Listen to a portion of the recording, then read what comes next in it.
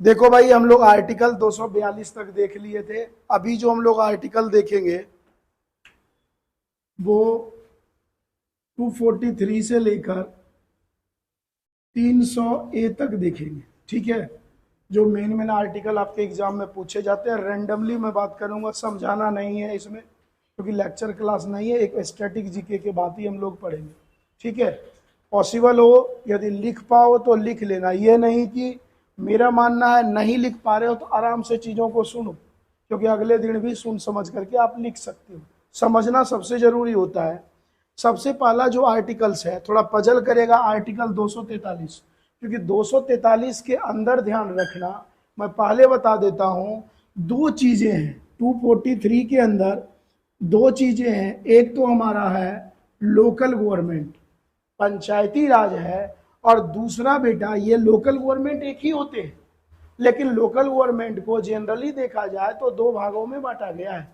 एक ग्राम के local government जहां सरपंच प्रधान चुने जाते हैं, और दूसरा होता है शहर के लोकल गवर्नमेंट जहां पे नगर पालिका नगर निगम वगैरह होते हैं। इसलिए 243 जो आर्टिकल है काफी बड़ा आर्टिकल है।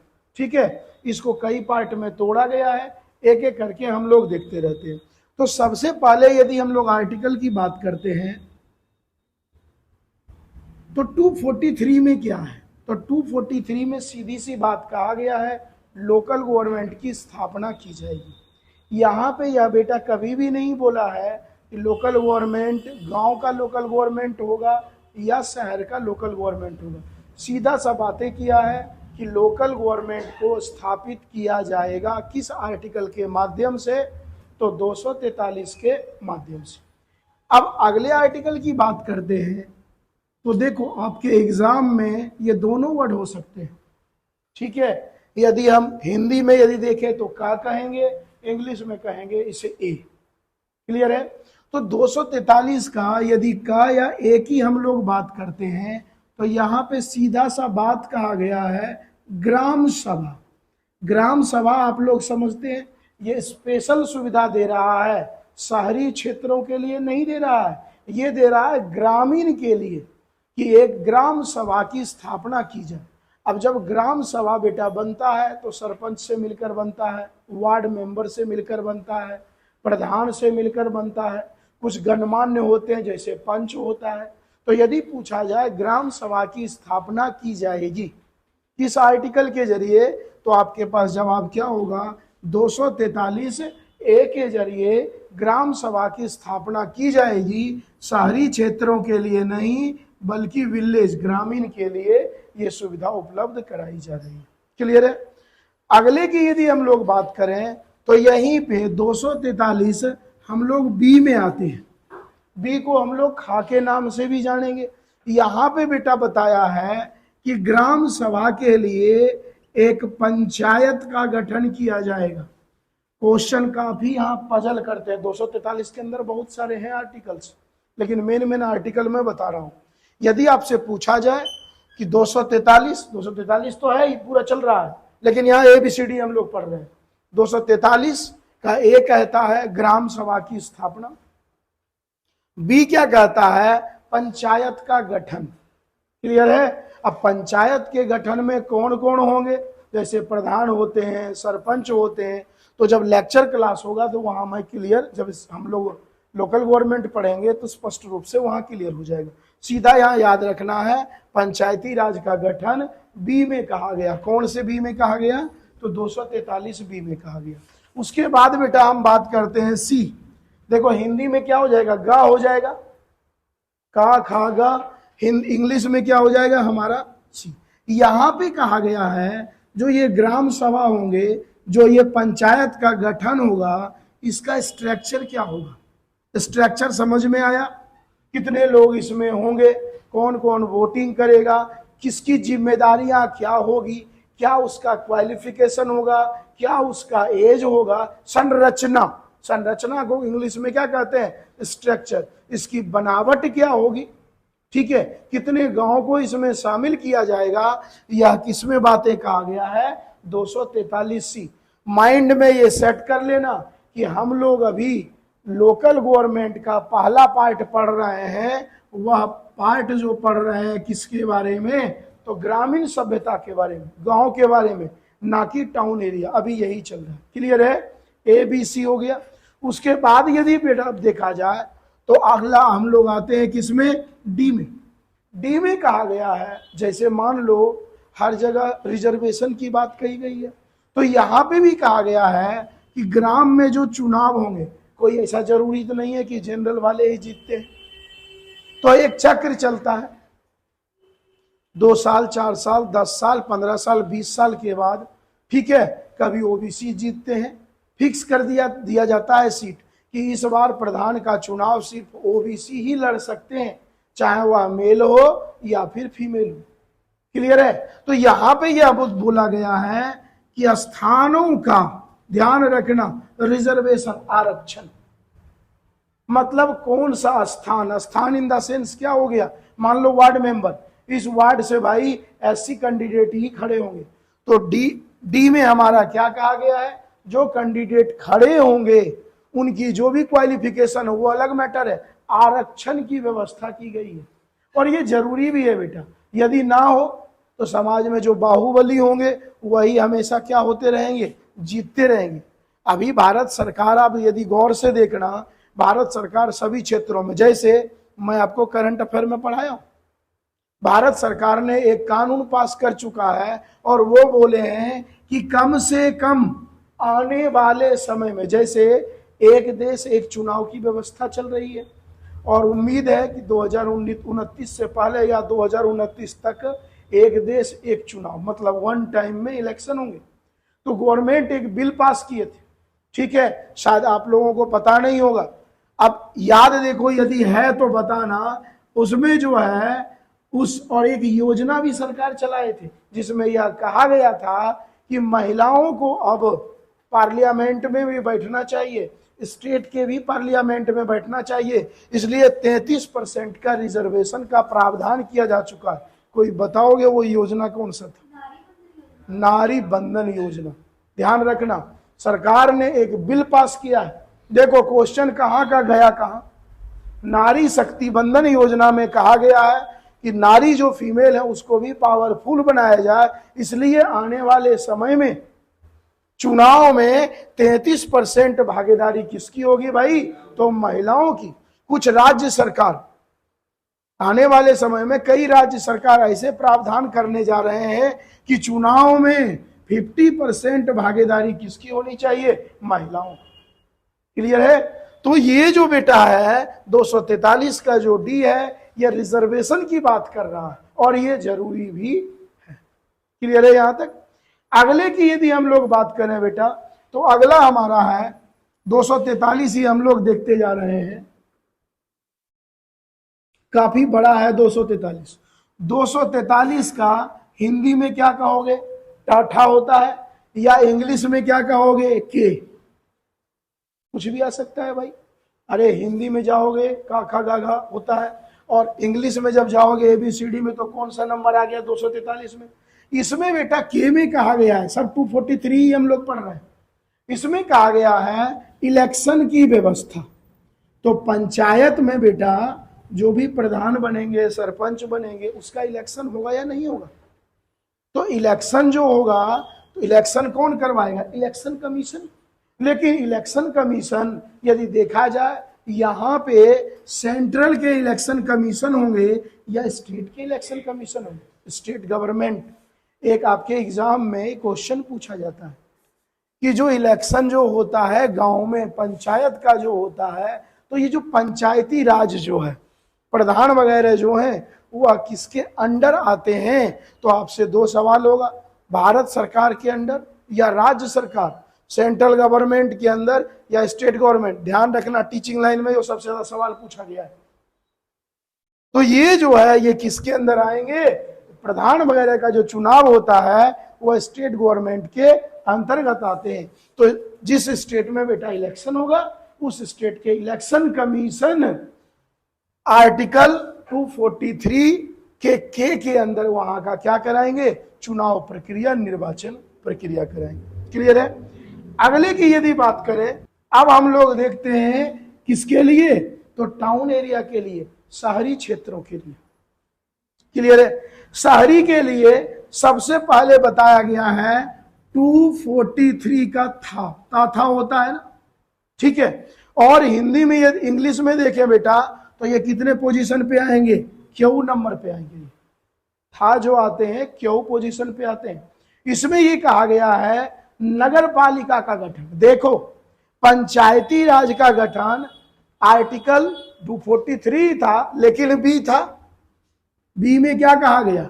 गांव के पंचायतों का गठन किस प्रकार किया जाएगा। लेकिन 243 क्यों में क्या कह रहा है? नगर पालिका। नगर पालिका समझते हैं, एमसीडी जो होते हैं। तो नगर पालिका का जो गठन किया जाएगा वह 243 क्यों में मौजूद है। कौन होंगे, नहीं होंगे, क्या प्रक्रिया होगी, सेम चीज है। ये टाउन के लिए है और ये किसके लिए था? विलेज के लिए, ग्रामीण के लिए। क्लियर है? अगले की ओर बेटा बढ़ते हैं। तो अगला हमारा है आर, 243 आर। अब आर को यदि हम हिंदी में समझें तो ये क्या हो जाएगा? ता था दा हो जाएगा, मतलब 18वां लेटर हो गया। ठीक है। इसमें बात कहा गया है कि जो एमसीडी का जो गठन होगा, म्यूनिसिपल का जो गठन होगा, नगर पालिका का, उसकी स्ट्रक्चर क्या होगी। तो यह इसका स्ट्रक्चर का मतलब क्या हो गया? इसकी संरचना क्या होगी। जैसे गांव में बेटा संरचना होता है, सबसे नीचे होते हैं, क्या होते हैं भाई? सबसे नीचे ग्राम पंचायत, दूसरे नंबर पे ब्लॉक आता है, तीसरे नंबर पे क्या आता है? डिस्ट्रिक्ट। डिस्ट्रिक्ट के हेड जो होते हैं गांव के तरफ से, वो कौन होते हैं? बताओ कोई भी। चेयरमैन। और शहरी क्षेत्रों के लिए मेयर होता है। ध्यान रखना, तब जब लोकल गवर्नमेंट हम लोग पढ़ेंगे ना, तो उस समय सब कुछ क्लियर कर देंगे। क्लियर है? तो इसका स्ट्रक्चर क्या होगा? ये 243 आर में या किस में कहा गया है? तो दा में कहा गया। क्लियर है? अगले की यदि हम बेटा बात करें तो अगला है ता था धा। इसका मतलब आर के बाद लगातार, आर के बाद क्या होगा? यही तो होता है। अरे इधर से सीक्वेंस में चल रहे हैं हम लोग ना, ठीक है। था कितने नंबर पे आया? क्यों पे। था के बाद क्या होता है? ता था दा। फिर उसके बाद क्या होता है? धा। तो धा जो आएगा वो एस पे ही तो आएगा। यहां पे ये एस में कह रहा है किस प्रकार यहां पे वार्ड मेंबर का गठन किया जाएगा। जितना पावर बेटा गांव में एक प्रधान के पास होता है, साफियाबाद बगल में है, बगल में बाकनेर है, बगल में नारा नारी है। जो गांव के हेड जो होते हैं उसे क्या कहते हैं? सरपंच या प्रधान। आपके साइड यही कहते हैं, हमारे साइड जाएंगे तो प्रधान अलग होता है और सरपंच अलग होता है। लेकिन यहां पावर, दोनों पावर किसको दिया गया है? सिर्फ एक बंदे को दे दिया गया है। तो जितना पावर गांव के प्रधान के पास होता है टाउन एरिया में, उतना ही पावर किसके पास होता है? जो वार्ड मेंबर सदस्य होते हैं। जैसे जहां अभी अपना सेंटर है नरेला है, नरेला दिल्ली का वार्ड मेंबर कितना है? एक। ध्यान रखना, एक से शुरू, यहीं से शुरू होता है। तो वार्ड मेंबर एक के जो भी अभी हेड बनी हुई है, जो भी XYZ जो भी बनी हुई है, तो वह जो है उनका स्ट्रक्चर क्या होगा, कितनी आबादी होगी, क्या एरिया होगा, क्या प्रक्रिया होगी, ये सभी के सभी 243 में बात कही गई। क्लियर है? अगले की यदि बेटा हम बात करें तो अगला यदि देखा जाए तो धा के बाद क्या होता है? बताओ। ता था दा, धा के बाद क्या होता है? ना होता है। और इसका मतलब ये क्या आ जाएगा? एस के बाद क्या होता है?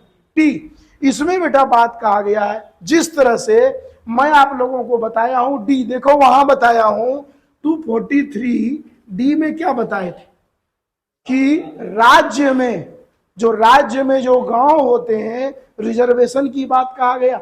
यहां पे भी बातें कहा गया है, टी में कहा गया है कि जो एमसीडी का जो चुनाव होगा, यहां भी तो भी रिजर्वेशन की बात कही जाएगी। तो स्थानों के आरक्षण की जो बात कही गई है वह किसमें कही गई है? तो टी में कही गई है।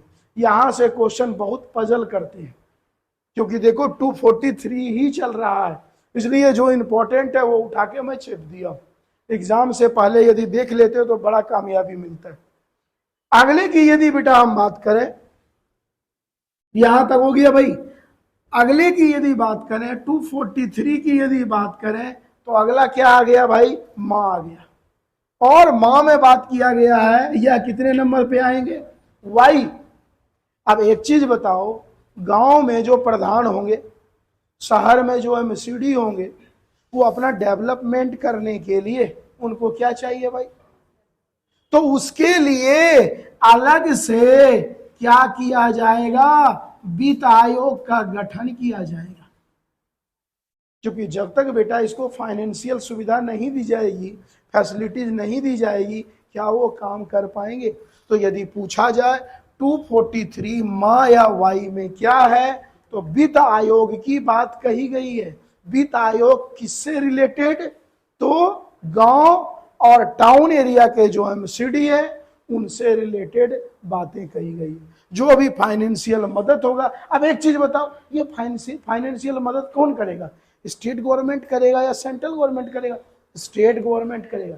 एमसीडी का जो चुनाव होता है टाउन एरिया में, ये स्टेट के अंदर आते हैं, ध्यान रखना, ये सब चीजें कंफ्यूजन कभी। अब दिल्ली लो, दिल्ली यूटी है, फिर भी ये आते हैं स्टेट के अंदर आते हैं, स्टेट मतलब यूटी के अंदर आते हैं, और स्टेट में तो अपना स्टेट का बोलबाला होता ही है। इसके बाद यदि देखा जाए, अगला तो और भी डेंजर है भाई, 243 का बेटा या का है। देखो या तो गया, उसके बाद इसके अंदर क्या आ गया, का। अब या कितने नंबर पे आता है, जेड पे, और का कितने नंबर पे आएगा। ऐसा भी पूछा जा सकता है कि 243 जेड ए में क्या है, क्लियर है। तो इसमें जो बात कहा गया है, जो नगर पालिका जो होते हैं, नगर पालिका, स्पष्ट रूप से इसमें बात कहा गया है कि इसका इलेक्शन कौन करवाएगा, किसके अंडर कार्य होंगे, ठीक है। 243 जेड ए के अंदर नगर पालिका में निर्वाचन की व्यवस्था, अभी हाल फिलहाल में निर्वाचन हुआ, हो सकता है इनडायरेक्ट भी हो जाता है, कई बार डायरेक्ट हो जाता है। तो जो इलेक्शन की जो बात कही गई है वह किसमें कही गई है भाई, तो जेड ए में इसकी बातें कही गई, क्लियर है। अगला बेटा देखा जाए तो अगला अपना है जेड डी। जेड का मतलब क्या हो गया, और डी का मतलब हिंदी में क्या हो जाएगा भाई, का खा गा घा। इसमें बात कहा गया है, जो जिला है भाई, चाहे गांव का हो चाहे शहर का हो, सभी का अपना अपना डिस्ट्रिक्ट होता है या नहीं होता, हालांकि दोनों का एक ही डिस्ट्रिक्ट होता है। जैसे यदि देखा जाए जो गांव का, जैसे मेरा जो भी डिस्ट्रिक्ट है, जो गांव का डिस्ट्रिक्ट है वही तो शहर का डिस्ट्रिक्ट होगा। तो जिला स्तर पर मुख्य रूप से किस कमेटी का गठन किया जाएगा, जैसे मैं आपको बताया हूं, शहरी क्षेत्रों की तरफ से क्या होगा, मेयर होता है हेड, गांव के तरफ से क्या होता है, चेयरमैन होते हैं, वहां भी तो अलग अलग होते हैं पार्टियां। तो जिला जो है ना, जिला स्तर पर जो योजना बनाए जाएंगे, जो प्लानिंग किए जाएंगे, किस कमेटी के तहत किए जाएंगे, उसके लिए कोई ना कोई समिति का गठन किया जाएगा। क्योंकि यही तो फिर, चाहे वह नगर पालिका हो चाहे गांव के सरपंच हो, यही तो फाइनेंशियल मदद करेंगे। तो जिला योजना, डिस्ट्रिक्ट प्लान बनाए जाएंगे, इसके अंदर कमेटियां होंगे, इसमें कौन कौन से मेंबर होंगे, ठीक है, ये तय जो है कुछ ऑफिसर्स ग्रेड के लोग करते हैं, और कुछ जो है ये पॉलिटिकल जो पार्टी होते हैं, जो मेन जो लीडर होते हैं चुने हुए, वो क्या करते हैं, फिक्स। अभी हाल फिलहाल में देखो दिल्ली में चुनाव हुआ, एमसीडी का हुआ है चुनाव, चेयरमैन वगैरह मेयर वगैरह चुने गए, अभी इधर ही हुआ है 10-15 दिन के अंदर। उसके बाद यदि देखा जाए बेटा, ये तो हो गया जिला। इसके बाद एक आया हमारा जेड ई। जेड ई का मतलब समझ में आया, जेड क्या हो गया, या ई का मतलब क्या हो गया, काखा गा में लास्ट वाला पॉइंट, ठीक है।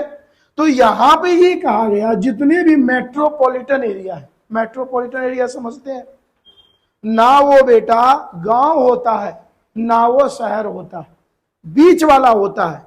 वह गांव से हट के शहर में चला जाता है, और शहर बनने को वो, जैसे अपना नरेला है, नरेला कंप्लीट रूप से टाउन एरिया है क्या? नहीं है। लेकिन यहीं लो, सीपी लो, चीज को समझो, जीटीबी नगर लो, ये सब क्या है? ये सब महानगर के रूप में जो आएंगे आने वाले समय में, ये सभी के सभी नो डाउट। यदि मुख्य रूप से देखा जाए तो दिल्ली में शामिल है नरेला, लेकिन प्रॉपर डेवलपमेंट नरेला का हुआ है।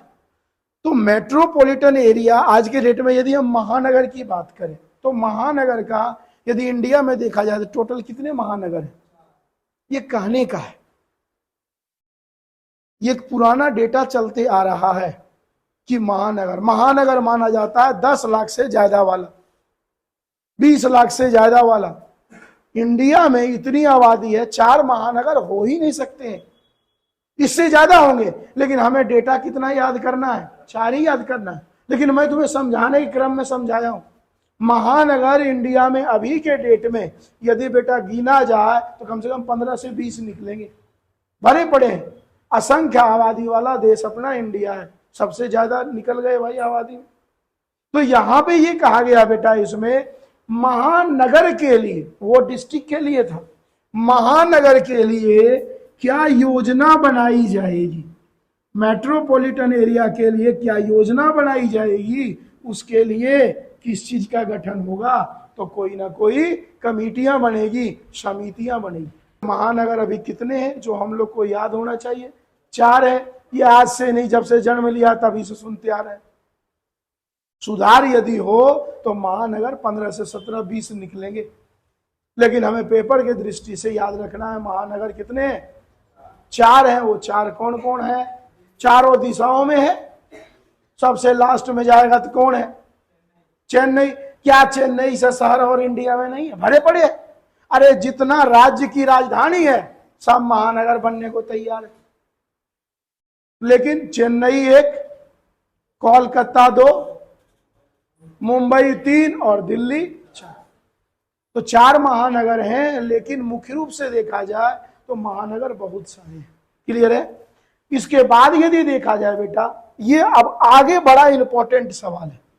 अगला हमारा जो आ गया, अब हम लोग आगे बढ़े 243, अब हमारा लगभग है ना कवर हो गया।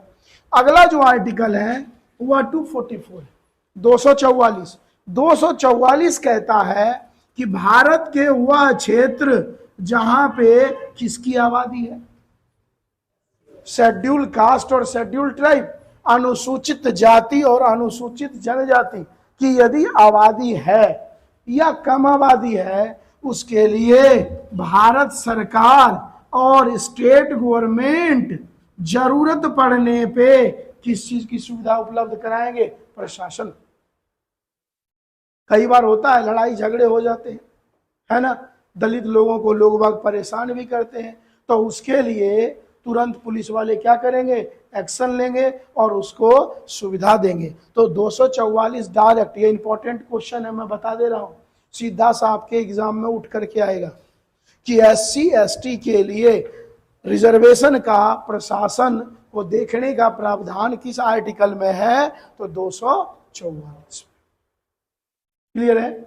इसके बाद यदि देखा जाए बेटा तो अगले आर्टिकल की हम लोग बात करते हैं, तो क्या है? 246 का A या 246 का A कहो या का कहो। इसमें देखो, इसमें साफ साफ कहा गया है संसद के पास यह अधिकार दिया गया है। ध्यान रखना, डायरेक्ट बोलता है यह आर्टिकल कि संसद के पास यह अधिकार दिया गया है कि राज्य सरकार को वह किस मामले में किस प्रकार का टैक्स देंगे, अन्यथा नहीं देंगे। जो माल होता है ना, इंपोर्ट एक्सपोर्ट होता है, सेवा कर होता है, तो सरकार यहां बाध्यकारी है। कौन बाध्यकारी है? संसद। कुल मिलाकर के 246 A पर किसका कब्जा है? संसद का है। संसद राज्य सरकार को जो देंगे, ठीक है, उन्हें वो लेना होगा हर हाल में, नहीं तो फिर अपना ये मनमाना करना शुरू करें। क्लियर है? नेक्स्ट यदि देखा जाए बेटा, अगला बोला गया है, अगला भी कई बार मैं देखा हूं, अगला जो आर्टिकल है अपने पास वह है 247। यह कह रहा है जरूरत पड़ने पर, ध्यान से चीजों को सुनो, जरूरत पड़ने पर अतिरिक्त न्यायालय का गठन किया जा सकता है। जैसे मान लो सरकार के दिमाग में आया जल्दी से केस हटाओ भाई, तो इसके लिए क्या होगा, ज्यादा वैकेंसियां आएगी, ज्यादा कोर्ट स्थापित होंगे, ट्रायल कोर्ट, ये कोर्ट वो कोर्ट भरे पड़े। तो इसके लिए कहा गया है कि यदि जरूरत पड़ता है तो एक्स्ट्रा अतिरिक्त क्या होंगे, कोर्ट होंगे। और यह बिल्कुल यदि देखा जाए इसकी शुरुआत या पूरा पावर किसको दिया गया है, भारतीय संविधान किसको देता है, संसद।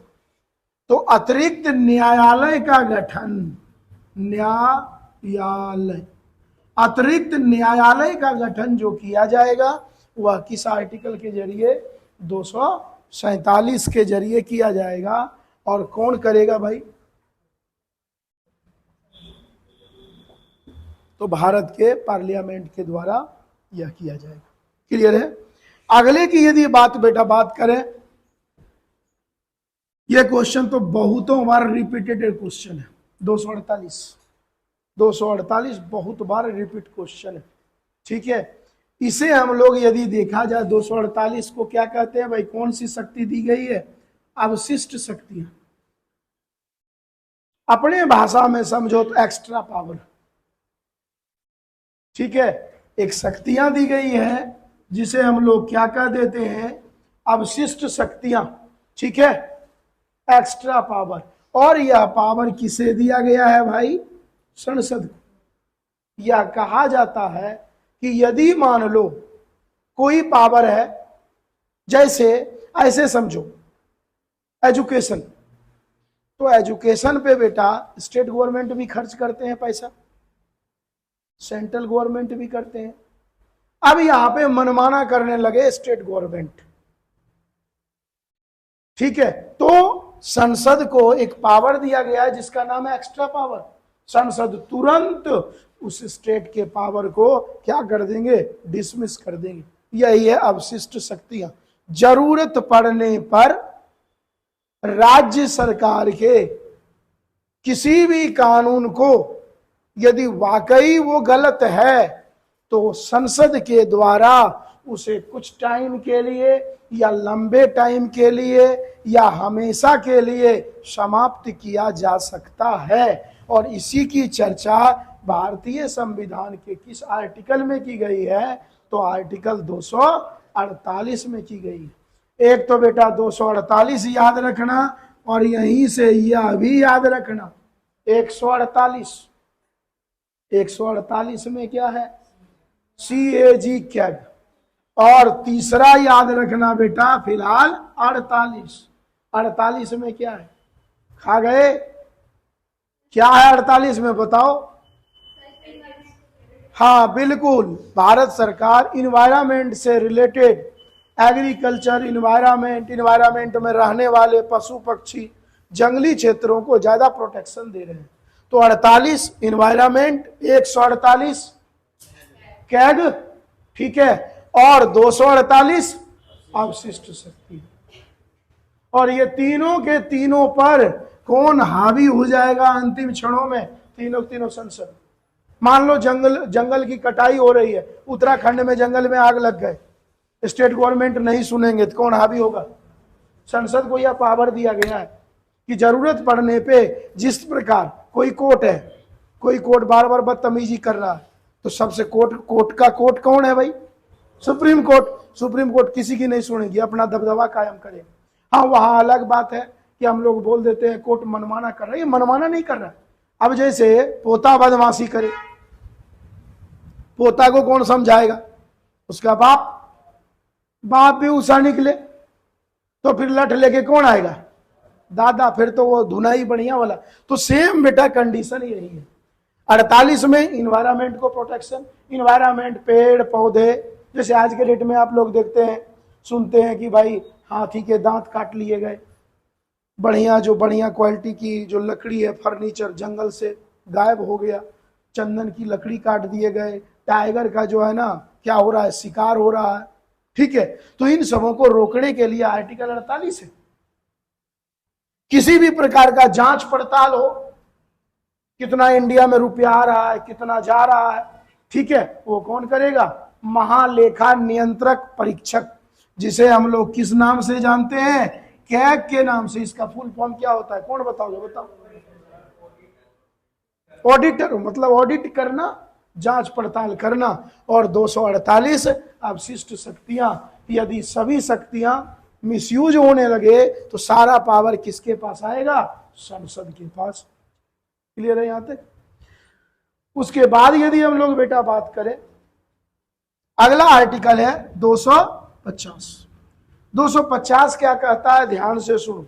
250 कहता है कि यदि आपात की स्थिति उत्पन्न हो जाए, आपात समझते हो? इमरजेंसी, किसी राज्य में, ठीक है, किसी एरिया में आपातकाल की स्थिति उत्पन्न हो जाए तो सभी अधिकार अपने आप, 250 में कहा गया है, जितने भी अधिकार हैं अपने आप, मान लो किसी एरिया में नेशनल इमरजेंसी लग जाए, या मान लो किसी प्रॉपर स्टेट इमरजेंसी लग जाए कि स्टेट में, तो जितनी भी शक्तियां हैं ना, सभी शक्तियां अपने आप किसके पास बेटा चले आएंगे? भारत सरकार, संसद के पास। तो 250 आर्टिकल भी मिस मत करना कि यदि इमरजेंसी हो जाता है, इमरजेंसी तभी बेटा लगता है जब वहां के शासन प्रशासन सही तरीके से काम नहीं कर पाते हैं। तो जितने भी पावर हैं अपने आप, ये पावर कहां शिफ्ट हो गया? क्लियर है? तो अपने आप यह पावर शिफ्ट हो जाता है पार्लियामेंट के पास। लेकिन एक और सवाल मैं आपको बता देता हूं। एक सवाल पूछा जाता है, किसी राज्य में स्टेट इमरजेंसी लग गया तो क्या वहां के कोर्ट काम करते हैं, या कोर्ट भी सेंट्रल गवर्नमेंट के अंदर आ जाता है? कोर्ट बेटा एक्टिव रहता है। यही एक अंतर है, ध्यान रखना। क्यों? नहीं तो क्राइम रेट बढ़ जाएगा ना। कोर्ट जितने हैं सब अपना काम करते हैं, वह एक स्वतंत्र निकाय है। लेकिन सरकार की जो पावर होती है स्टेट की, वो सेंट्रल के पास चली आती है। और वही हमारा आर्टिकल संख्या 250। क्लियर है? अगले की हम लोग बात करते हैं। अगला आर्टिकल देखते हैं क्या है। अगला आर्टिकल है 257। 257 बेटा कहता है, जरूरत पड़ने पर, ध्यान रखना, क्वेश्चन डायरेक्ट सुनना, जरूरत पड़ने पर या विशेष परिस्थितियों में राज्यों पर किसका नियंत्रण होगा बेटा? तो नियंत्रण किसका हो जाएगा? भारत सरकार का, मतलब सेंट्रल गवर्नमेंट का। कुछ समझ में आया चीजें? क्या बोला है? विशेष परिस्थितियों में जरूरत पड़ने पर किसका अधिकार हो जाएगा? अब मान लो, इमेजिन करो, एक एग्जांपल तुम्हें यहीं दे देता हूं। मान लो उत्तर प्रदेश दंगा हो गया। दंगा कब होता है बेटा? जब स्टेट गवर्नमेंट काम नहीं कर पा रहे हैं, वहां के पुलिस काम नहीं कर पा रहे हैं, किसी एक एरिया में दंगा हो गया। जैसे एक एग्जांपल तुम्हें मैं बताता हूं, इलेक्शन होता है इंडिया में। इलेक्शन में जब चुनाव का जहां वोटिंग पड़ता है, वहां ज्यादा स्टेट पुलिस होते हैं या सेंट्रल पुलिस होते हैं? सेंट्रल पुलिस होते हैं। यही है विशेष परिस्थिति। अपने इस एरिया में भी ना ऐसा कभी हो, अपने इस एरिया में दंगा हो जाए, यहां पे दिल्ली पुलिस दिखाई देंगे ज्यादा, या सीआरपीएफ, आरपीएफ, बीएसएफ वाले दिखाई देंगे? यही है विशेष परिस्थिति। या मान लो किसी क्षेत्र में अभी जैसे बाढ़ का समय गया, बरसात का, आप अक्सर सुने थे उत्तराखंड, केरला वगैरह में बाढ़ आ गया, तो यहां देखना आईटीबीपी वाले, एनडीआरएफ वाले लगे हुए रहते हैं। डिजास्टर वाले जो आपदा वाले होते हैं, ये किसी स्टेट के नहीं होते हैं, ये किसके होते हैं? सेंट्रल। तो किसी विशेष परिस्थितियों में भारत सरकार का नियंत्रण कुछ एरिया के लिए, पूरे एरिया के लिए, कुछ टाइम के लिए हो जाता है। वहां पे उस क्षेत्र में किसी का भी बोलबाला नहीं चलता। कोरोना काल में ही नहीं देखा, जो मेन टॉप एरिया था वह आरपीएफ सीआरपीएफ वाले भरे हुए थे। क्लियर है? तो विशेष परिस्थितियों में राज्य पर भारत सरकार का अपने आप नियंत्रण हो जाता है। और यह किस आर्टिकल में बात कहा गया है? तो 257। क्लियर है। अगला बेटा है 262, बहुतों बार ये क्वेश्चन पूछा गया है। वह क्या है, ध्यान से समझना। अंतरराज्यीय विवाद। अंतरराज्यीय विवाद समझता है? अरे एक राज्य से दूसरे राज्य के बीच विवाद, या भारत सरकार और राज्य के बीच विवाद। लेकिन विवाद कैसा होना चाहिए, ध्यान से चीजों को समझना। नदी को लेकर, बांध को लेकर, डैम को लेकर, पानी बंटवारा को लेकर। तो यहां कहा गया है कि जो नदी जल विवाद होता है, जैसे बबली डैम परियोजना, बहुत सारे परियोजना है, दो राज्यों के बीच हमेशा विवाद बना हुआ रहता है। तो अंतरराज्यीय जो जल विवाद होता है, ठीक है, उस विवाद को सुलझाने का काम अंतिम रूप से बेटा कौन करेगा, संसद करेगा। और इसकी चर्चा किस आर्टिकल में की गई है, तो 262 में। ये मैं आपको बता देता हूं, बहुतों बार ये मैं क्वेश्चन देखा। और ये 250 बताए थे ना, 250 भी पूछा गया है कि किस आर्टिकल में यह कहा गया है कि जरूरत पड़ने पर सभी शक्तियां अपने आप राज्य सरकार की, सेंट्रल गवर्नमेंट के पास चली जाती है। तो आर्टिकल 250, आपातकाल ना दे, विशेष परिस्थिति वहां दिखा दे। क्लियर है। तो जो नदी जल विवाद होता है अक्सर चलते रहता है दो राज्यों के बीच।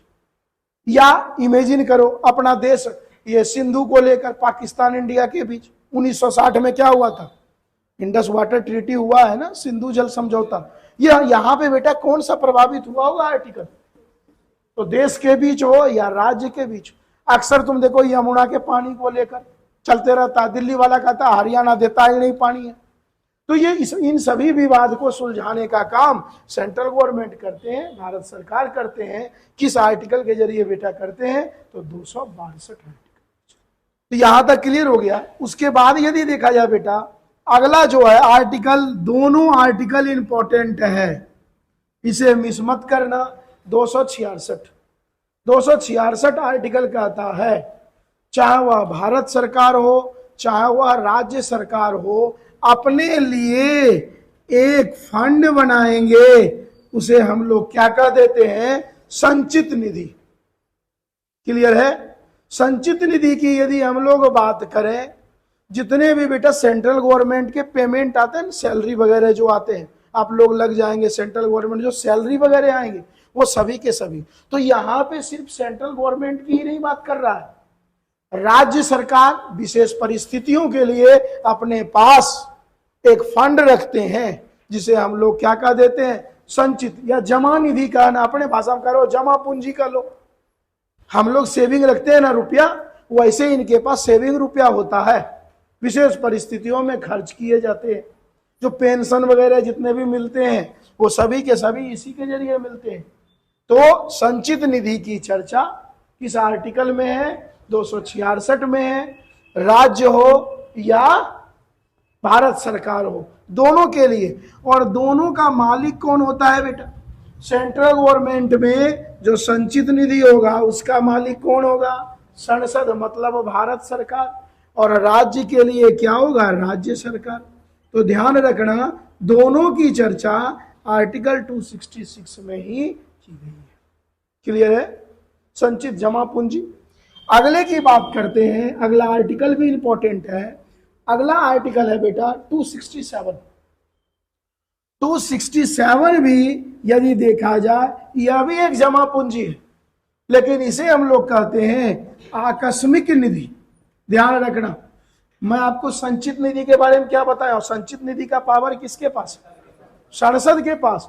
लेकिन बेटा आकस्मिक निधि का जो पावर है देश के राष्ट्रपति के पास होता है, विशेष परिस्थितियों में। ठीक है। तो राष्ट्रीय निधि अपने पास हमेशा होता है।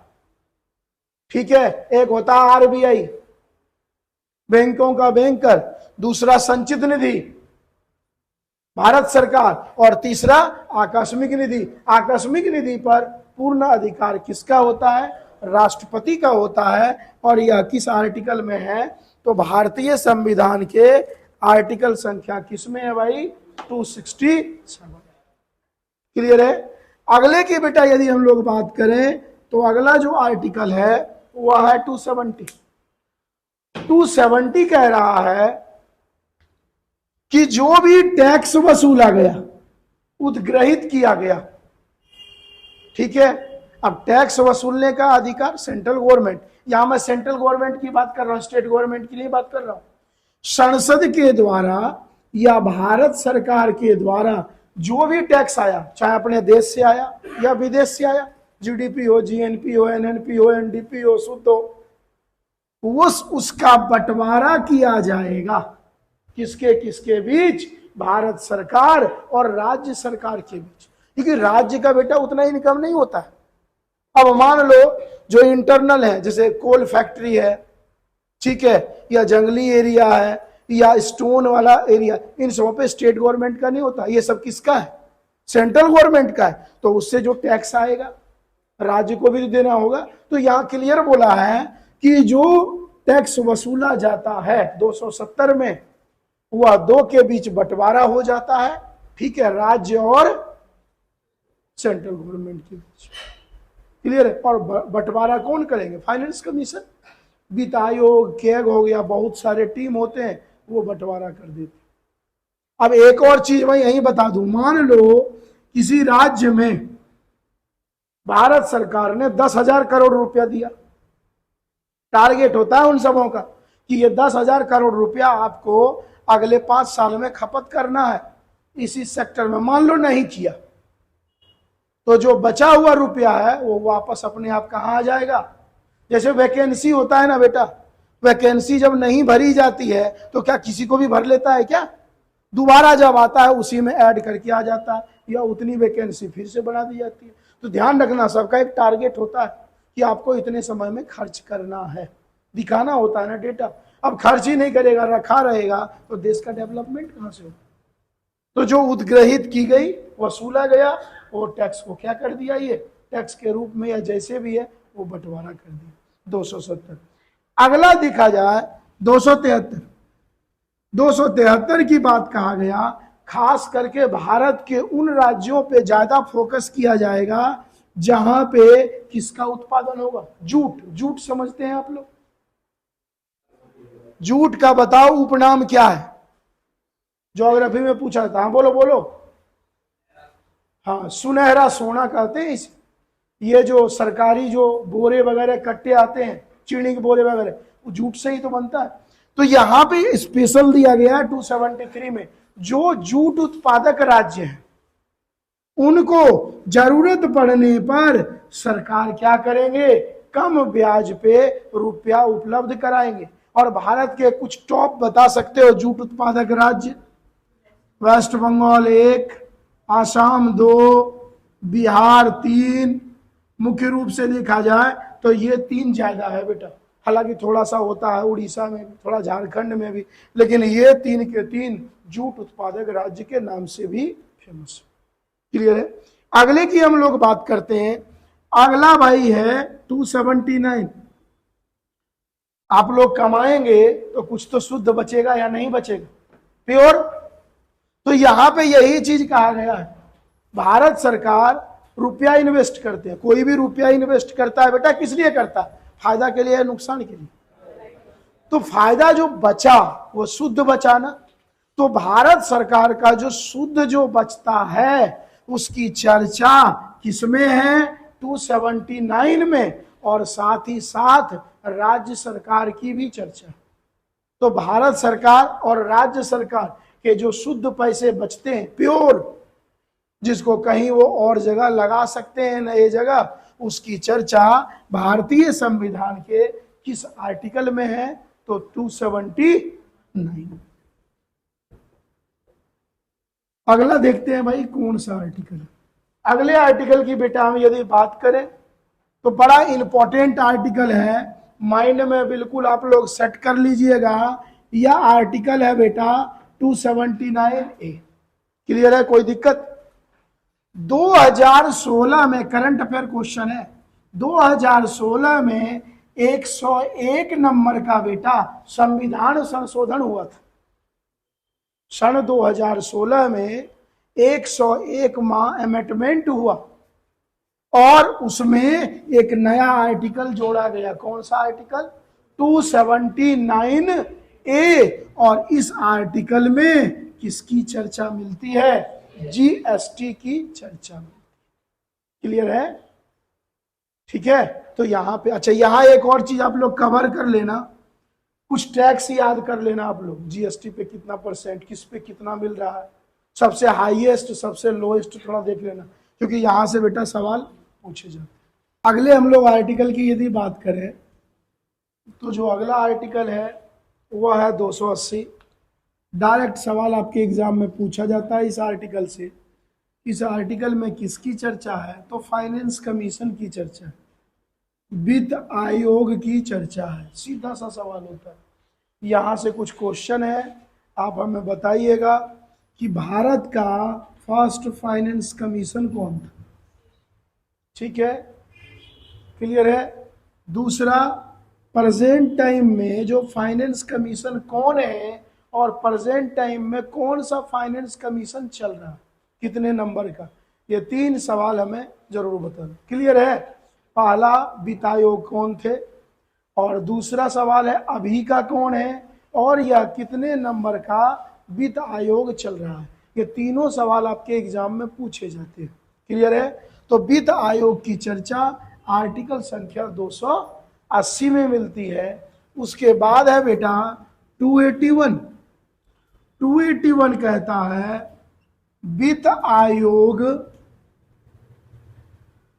की सिफारिश। जैसे मान लो कोई स्टेट पिछड़ रहा है, किसी को पैसे की जरूरत है, नीड है, तो वित्त आयोग, फाइनेंस कमीशन भारत सरकार से सिफारिश करेंगे कि भाई उसे नीड है, उसे क्या करो भाई, जल्द से जल्द ये सुविधा उपलब्ध कराओ। ठीक है, देना ना देना भारत सरकार के ऊपर है, लेकिन सिफारिश का काम आर्टिकल 281 के जरिए फाइनेंस कमीशन के द्वारा किया जाएगा। क्लियर है? नेक्स्ट आगे है 283। 283 क्या कहता है? ध्यान से चीजों को समझना। यहां पे एक लाइन में यदि समझो तो एक लाइन में एक वर्ड मैं लिख रहा हूं, अभिरक्षा। अभिरक्षा की यदि हम लोग बात करें, अभिरक्षा की यदि बात करें, बाहर बात कर लो। अभिरक्षा की यदि हम लोग बात करें, अभिरक्षा का मतलब क्या होता है? सुरक्षा। चाहे संचित निधि हो, चाहे आकस्मिक निधि हो, चाहे भारत सरकार का कहीं से भी इनकम क्यों ना आता हो, जैसे टैक्स कलेक्शन, जीएसटी कलेक्शन, वस्तु सेवा कर, विदेशों से इनकम, तो भारत सरकार और स्टेट गवर्नमेंट का जितना भी आता है धनराशि, उसको सुरक्षित रखने का अधिकार भारत सरकार का होगा तो भारत सरकार के पास होगा, राज्य सरकार का होगा तो राज्य सरकार के पास होगा। लेकिन सुरक्षित रखने का अधिकार किस आर्टिकल में है भाई? तो 283 आर्टिकल में। क्लियर है? ध्यान से फिर से चीज को समझो। संचित निधि हो, आकस्मिक निधि हो, कहीं से कोई फंड आया हो, विदेशी रुपया हो, टैक्स कलेक्शन के द्वारा आया हो, चाहे वैट हो, टैक्स हो, नॉर्मल हो, सभी को सुरक्षित रखने का अधिकार आर्टिकल 283 में मिलता है। क्लियर है? और 283 पे कंट्रोल किसका होगा बेटा? फाइनेंस कमीशन का कंट्रोल होता है। क्लियर है? अगले पॉइंट्स की हम लोग बात करते हैं।